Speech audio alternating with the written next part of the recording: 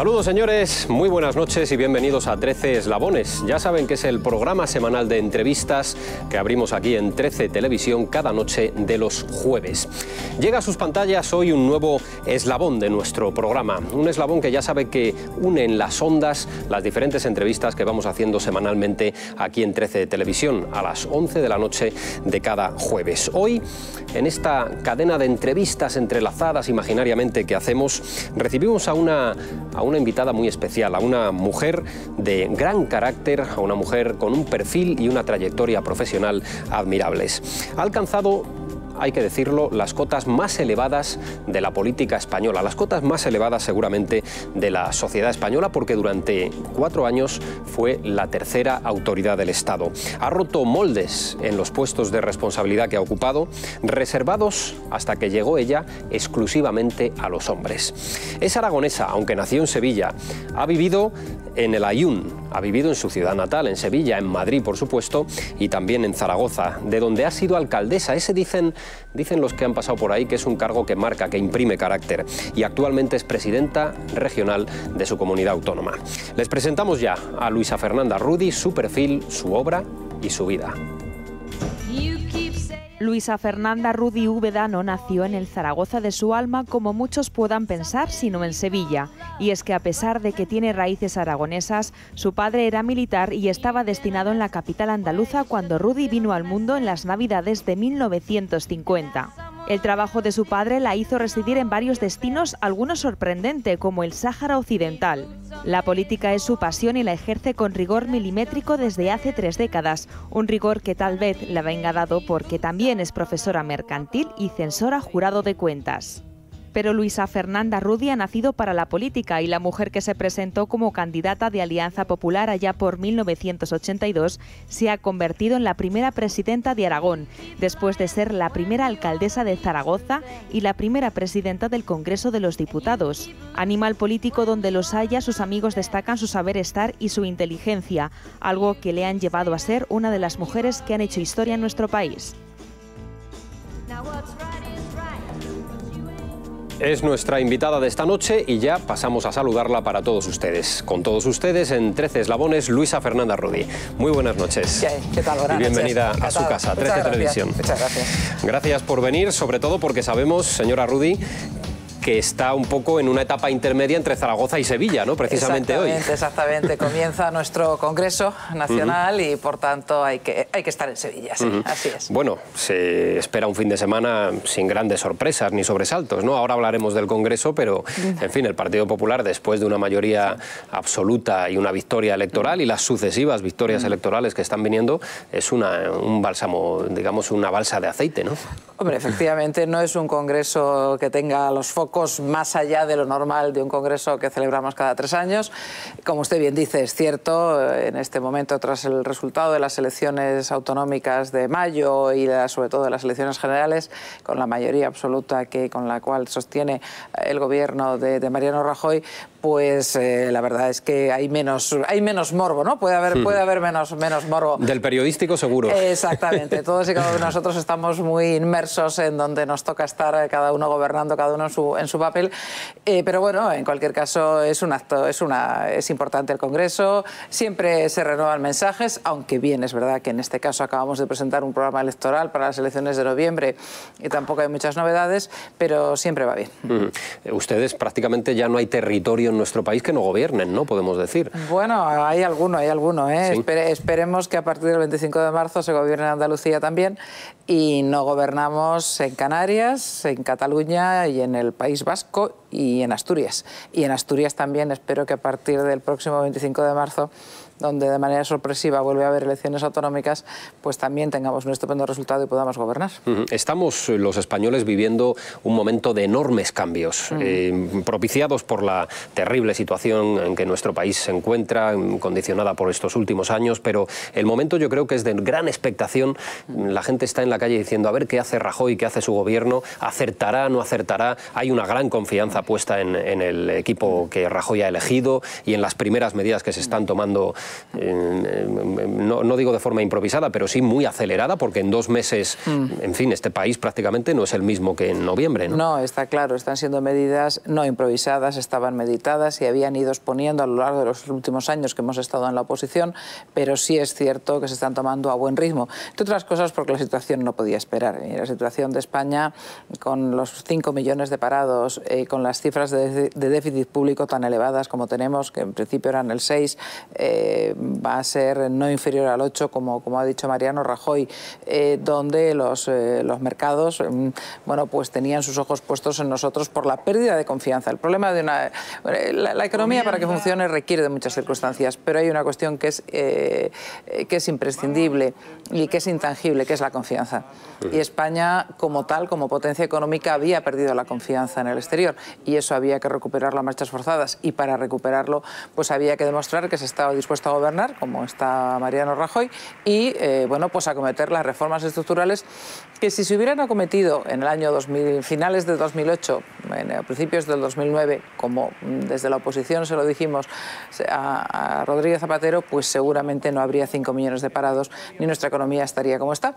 Pero a eso es lo que hay que enfrentarse.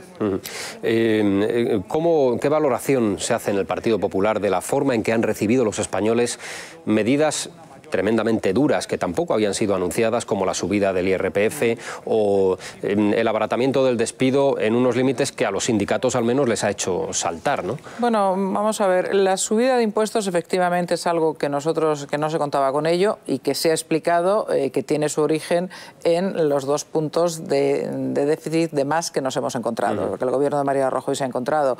Es decir, se contaba con un déficit del 6%, la Unión Europea nos exige que en el año 2012 tengamos el 4,4 y bueno, y al aparecer esos 2 puntos más, que era déficit oculto y que ya ni tan siquiera que el gobierno socialista anterior niega, pues no quedaba más remedio. Es decir, para recortar déficit tienes que hacerlo por la vía de ingresos o por la vía del gasto. Se acometió un ajuste importante por la vía del gasto, pero no llegaba, y por tanto, bueno, pues cuando las cosas se explican, y yo creo que cuando los ciudadanos ven a un gobierno serio que no les oculta la verdad, que les dice que la situación es grave, pero que entre todos podemos salir de ella, bueno, pues yo creo que saben entenderlo.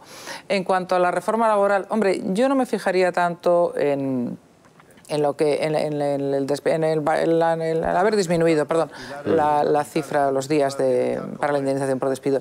Mire, hay una cuestión, yo creo que es lo que hay que pensar, es decir, ¿por qué en España tenemos el 21% de paro y por qué en la media de los países europeos no llega al 10%, o por qué en Alemania tiene el 8%? No es porque España sea un país maldito, eso está claro. ¿Y por qué cuando hay una crisis económica en España los ajustes se producen a costa de puestos de trabajo y en otros países no? Bueno, pues hay otros países europeos que eso lo entendieron antes que nosotros, y entonces lo que han hecho es tener un sistema laboral más flexible, es decir, que permite a las empresas adecuarse a los momentos de pico de producción, pero que les permite adecuarse también a los momentos en los cuales, bueno, la situación de crisis exige una menor actividad en la empresa. Y esa es la situación, y al final en España hay un mercado laboral, como se viene denominando, dual, es decir, por una parte quien tiene un trabajo fijo, pero por otra parte quien está en el paro y con muchas dificultades de que se encuentre ese puesto de trabajo. Y además tampoco olvidemos una cosa, todas las personas, estos más de 3 millones de puestos de trabajo que se han destruido en los últimos los años de la crisis, en los últimos 3 años, pues la inmensa mayoría de ellos se han ido al paro con 20 días, es decir, lo que les ha pagado el Fogasa, porque las empresas han cerrado. Yo creo, y hay encuestas que lo dicen, cuando alguien que está en el paro hubiera preferido cobrar menos, hubiera preferido que la empresa le hubiera podido hacer algún tipo de ajuste de movilidad, bien en la actividad o geográfico, pero haber seguido trabajando. Es demasiado simplista lo que dice Rubalcaba de que esta reforma laboral se reduce a que el empresario le dice al trabajador: o aceptas una bajada de sueldo o te echo. Bueno, es indudablemente simplista, total y absolutamente. Lo que pasa es que, bueno, ya hemos visto cuál ha sido la respuesta del Partido Socialista y lo estamos viendo estos días, radicalizar sus posturas e indudablemente, bueno, pues hacer declaraciones como la que usted dice.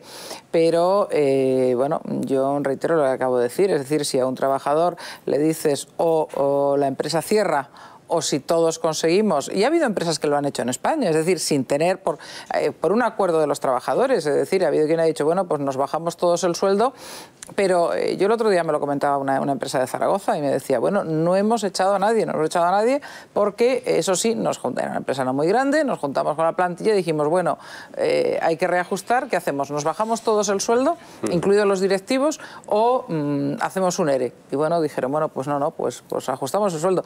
Pues yo creo que se va a dar carácter de legalidad o cobertura legal a algo que antes dependía de la voluntad o de la unanimidad de los integrantes de la empresa. ¿Qué pensará cuando vea el próximo domingo en las manifestaciones convocadas por los sindicatos a dirigentes del PSOE?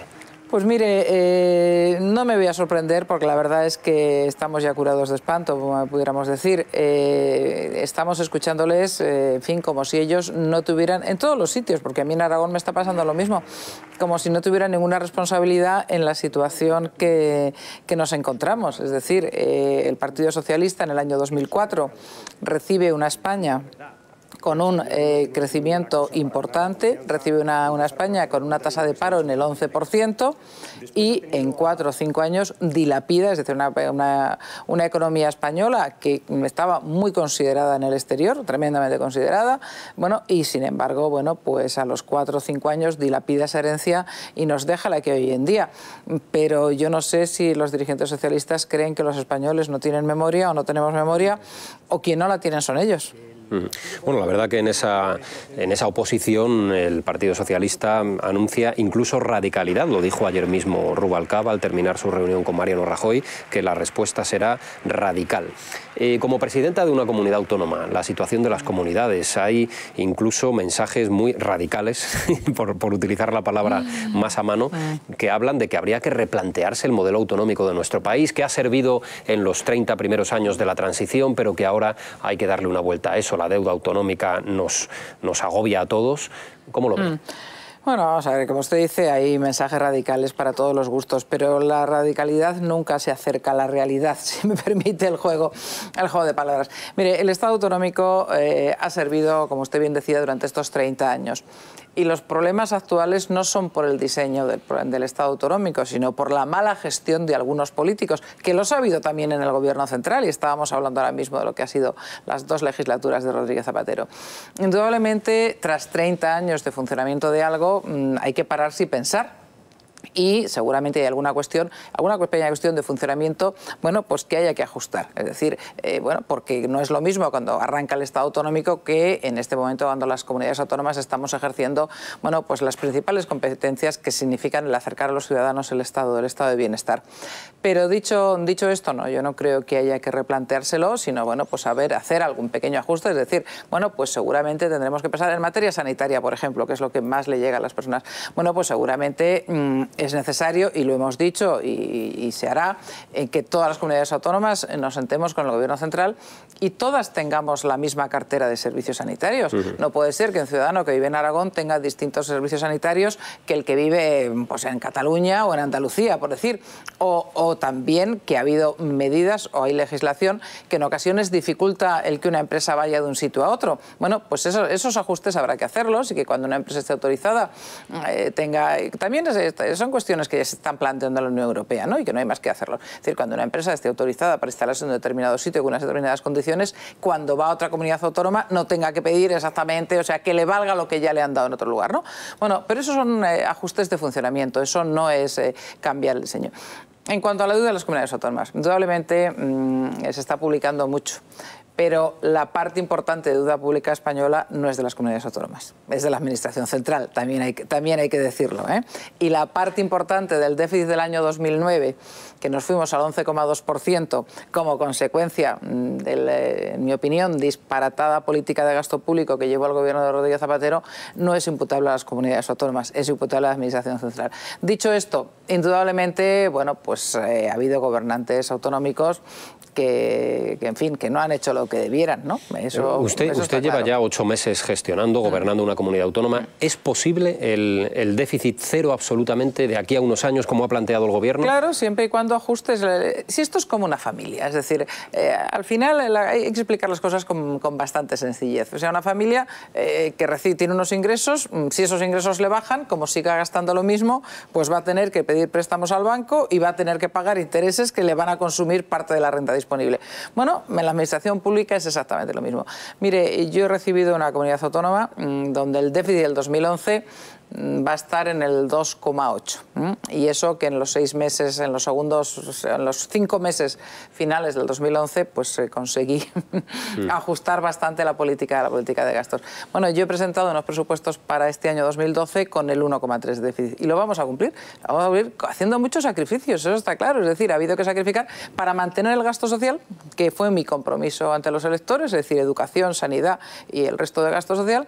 Bueno, pues ha habido que recortar en otras cosas, indudablemente. No queda más remedio. Hay la impresión general de que las autonomías se han desproporcionado mucho, ¿no? Que se han sobredimensionado de una manera, en fin, políticamente válida, sí, pero a nivel del ciudadano muy absurda, con asesores, con embajadas, con gastos superfluos totalmente. Eso por supuesto, eso está claro. Es decir, yo he quitado el 40% de los asesores a cada consejero y me los he quitado yo también. Es decir, que yo a cada consejero les he dejado 2 asesores, no les he dejado más. Antes tenían 5. 5 o 6 en el anterior gobierno y en mi caso exactamente lo mismo, ¿no? Eso es verdad y hay, bueno, pues gasto superfluo, lo de las embajadas, la verdad es que no son todas las comunidades, pero bueno, hay algunas que efectivamente, que eso no tiene ningún sentido, porque la política exterior ahí sí que eso es competencia del Estado, es competencia de la administración central y además vale más que vayamos todos bajo el ala, es decir, se vende mejor la marca España que se puede vender cuando sales fuera, te das perfecta cuenta, te das perfecta cuenta, por eso se dice que el viajar enseña un poco. Cuando sales a otros países y sobre todo si ya es fuera de Europa mucho más, bueno, te das cuenta que cuando vas bajo el paraguas de España, bueno, pues te sitúan mucho más que si vas con el nombre de tu comunidad solo. El Congreso de este fin de semana en Sevilla, precisamente usted defiende o va a plantear, a presidir la ponencia económica de ese Congreso.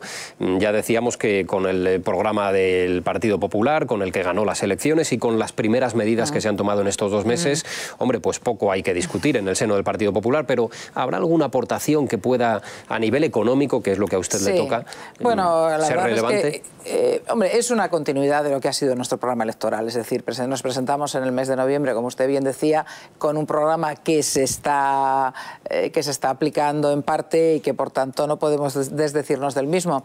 Hombre, indudablemente, como nosotros tenemos congreso cada 3 años, esperamos que la situación del 14 no sea la del 12 o la del 13 y por tanto pues que nuestra promesa de reforma fiscal se sigue contemplando en el programa, bueno, pues se pueda avanzar, o todas las reformas que ahora mismo por problemas económicos no se pueden aplicar. Hay que quitarle. ¿Comparte usted con Cristina Cifuentes y algún que otro militante la idea de separar la mención al cristianismo en la inspiración humana que tiene el Partido Popular? Es una polémica seguramente absurda, lo digo porque con Cristina nos une una gran amistad y seguramente ha habido mucha gente que ha sido muy injusta con Cristina Cifuentes, pero la polémica está ahí. Ella ha planteado, bueno, pues una idea que en el Partido Popular ha levantado ampollas, por así decirlo. No, yo no voy a decir que me levante ampollas, pero yo no comparto esa tesis. Y no comparto esa tesis porque cuando se habla del humanismo cristiano no estamos hablando del sentido confesional del cristianismo. Pero yo voy más allá.